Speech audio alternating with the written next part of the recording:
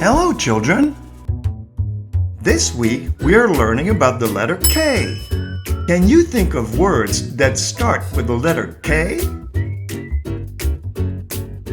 Good! You're right! Key, kettle.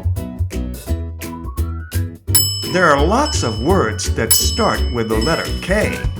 What is this funny-looking animal bouncing around in the jungle? You're right! It's a kangaroo! Our color of the week is Nintendo Red. What can you think of that's Nintendo Red? How about roses? Or that little bird? This week, our number is the number 10. It's very easy to draw the number 10. And we are also going to write the word 10.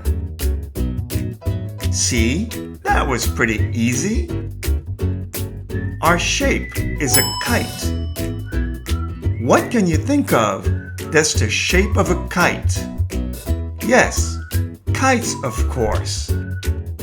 Some diamonds are kite-shaped. Our sight words are make, me, no, and now.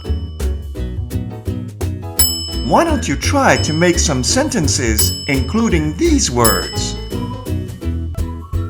Have fun and have a great week!